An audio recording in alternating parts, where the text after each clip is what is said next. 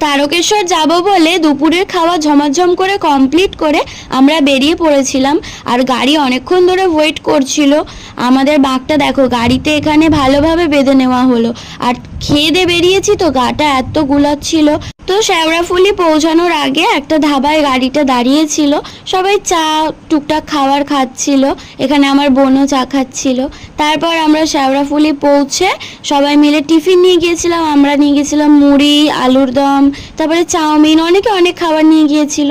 তারপর স্নান কমপ্লিট করে আমরা বাঘ নিয়ে বেরিয়ে পড়েছি বাবার কাছে যাওয়ার জন্য। আর আমি বেশি ভিডিও করতে পারিনি যেহেতু অনেকটা রাস্তা তো। আর এখানে দেখো আমরা তারকেশ্বর পৌঁছে গেছি। স্নান করে দুধ পুকুরে তারপরে বাবার মাথায় জল ঢেলে অনেকটা পরিমাণ রেস্ট নিয়ে তারপর আমরা খেতে এসেছিলাম। তো একটা নিরামিষ হোটেলেই এসেছিলাম। তারপরে আমরা বেরিয়েছিলাম টুকটাক কিছু কেনাকাটি করতে, খুঁড়িয়ে খুঁড়িয়ে কেনাকাটিগুলো কমপ্লিট